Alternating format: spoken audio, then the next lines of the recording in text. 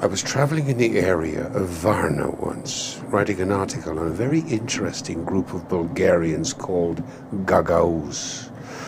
Now, what's peculiar about them is they're Orthodox Bulgarians, but they speak with the Turkish dialect, unlike the poor pomaks who were forced into Islam.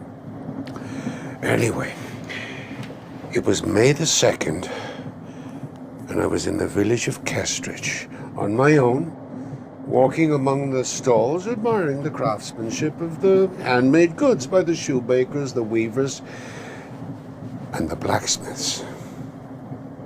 Now, in those days, my hearing was deteriorating rapidly, but I could still hear the pounding of the blacksmith's hammers on the iron anvils. Bang, bang, bang, bang.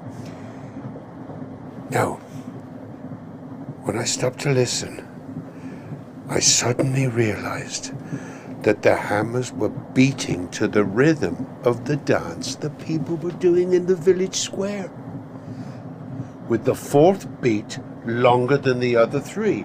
1, 2, 3, 4. 1, 2, 3, 4. 1, 2, 3, 4. And that was the first time I saw the Varnensky Q-check.